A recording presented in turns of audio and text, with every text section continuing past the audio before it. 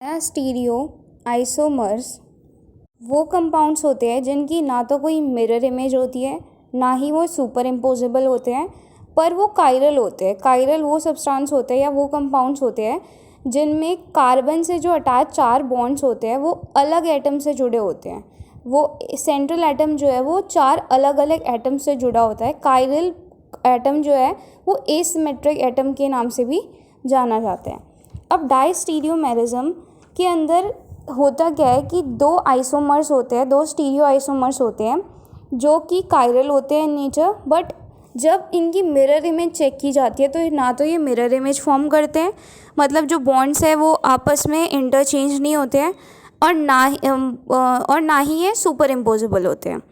तो pair of stereo isomer which do not have any mirror image, जिनकी mirror image नहीं होती है, relationship even though they have chiral centre, but ये chiral atom होता है, कायरल सेंटर होता है इनके पास, और ये नॉट सुपर इम्पोजेबल भी होते हैं।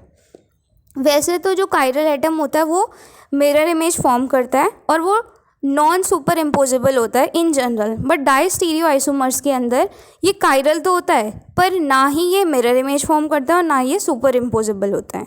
तो ये इसकी डिफरेंट प्रॉपर्टी होती है। तो pair of stereo isomer that are not enantiomers are called diastereo isomers. जो इनेंशियोमर्स नहीं होते उन्हें डायस्टीरियो आइसोमर्स भी कहते हैं।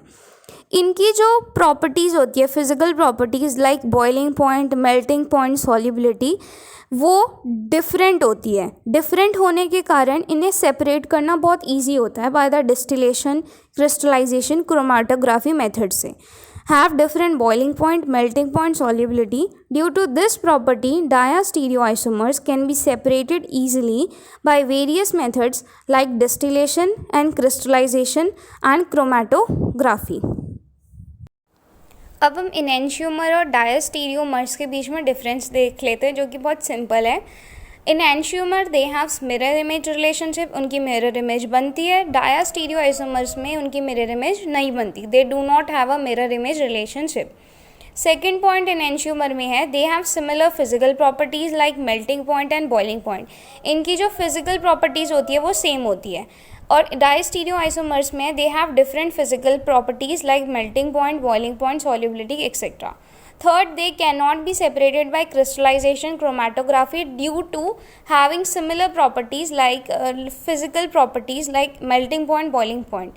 और डायस्टीरियोमर्स को हम ईजिली सेपरेट आउट कर सकते हैं बाय फ्रैक्शनल डिस्टिलेशन से, क्रोमाटोग्राफी से, क्योंकि उनकी जो फिजिकल प्रॉपर्टी होती है मेल्टिंग पॉइंट, बॉइलिंग पॉइंट, बहुत ज़्यादा अलग अलग होता है।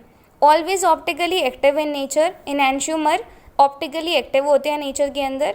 जो डायस्टीरियो आइसोमर्स होते हैं वो ऑप्टिकली एक्टिव भी हो सकते हैं और ऑप्टिकली इनएक्टिव भी हो सकते हैं। मतलब क्या हुआ कि ये प्लेन पोलराइज लाइट को या तो डेक्स्ट्रो भी मूव कर सकते या लीवो मूव करना, उसे बोलते हैं optically active substance. Fifth point है, present in compound having 1 chiral atom. ये एक कायरल एटम अगर प्रेजेंट होगा तो ये इनेंशियोमर कहलाएंगे। ये होते हैं, इनके बीच में 2 कायरल एटम्स भी प्रेजेंट हो जाते हैं। जब प्लेन और सिमेट्री बीच में बनती है तो ये 2 कायरल एटम्स में भी डिफ्रेंशिएट हो सकते हैं।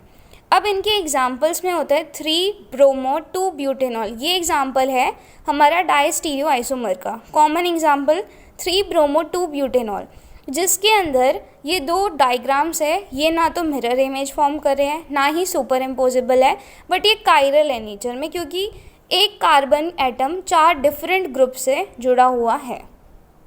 मिरर इमेजेस क्या होती है, जैसे 3 ब्रोमो 2 ब्यूटेनॉल का हम एग्जांपल लेते हैं।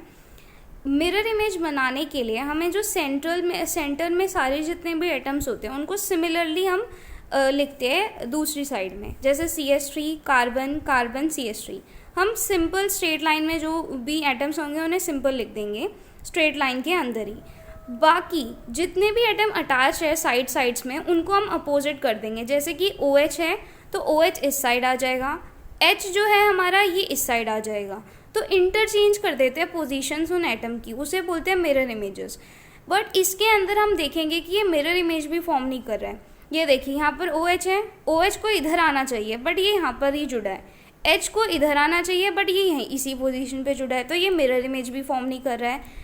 Not super imposable. अब ये सुपर इम्पोजिबल का मतलब क्या होता है, अगर हम इस एटम को उठाकर इसके ऊपर डालेंगे तो ये क्या OH OH तो जुड़ रहा है, H H जुड़ रहा है, बट Br तो यहाँ पर आ जाएगा और यहाँ पर H है, तो ये सुपर इम्पोज नहीं करेगा। मतलब अगर एक भी एटम या दो एटम या तीन एटम, जितने भी एटम अगर नॉट सुपर इम्पोज नहीं करते हैं तो उसे हम नॉट सुपर इम्पोजेबल कहते हैं।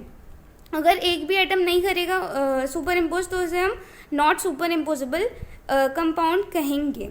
तो जब हम इस मॉलिक्यूल को उसके ऊपर ला कर रखेंगे तो ये वाला जो सेकेंड हमारे जुड़े Br और H वो सुपर इम्पोज नहीं करेंगे, तो पूरा कंपाउंड जो है नॉट सुपर इम्पोजेबल बन जाएगा।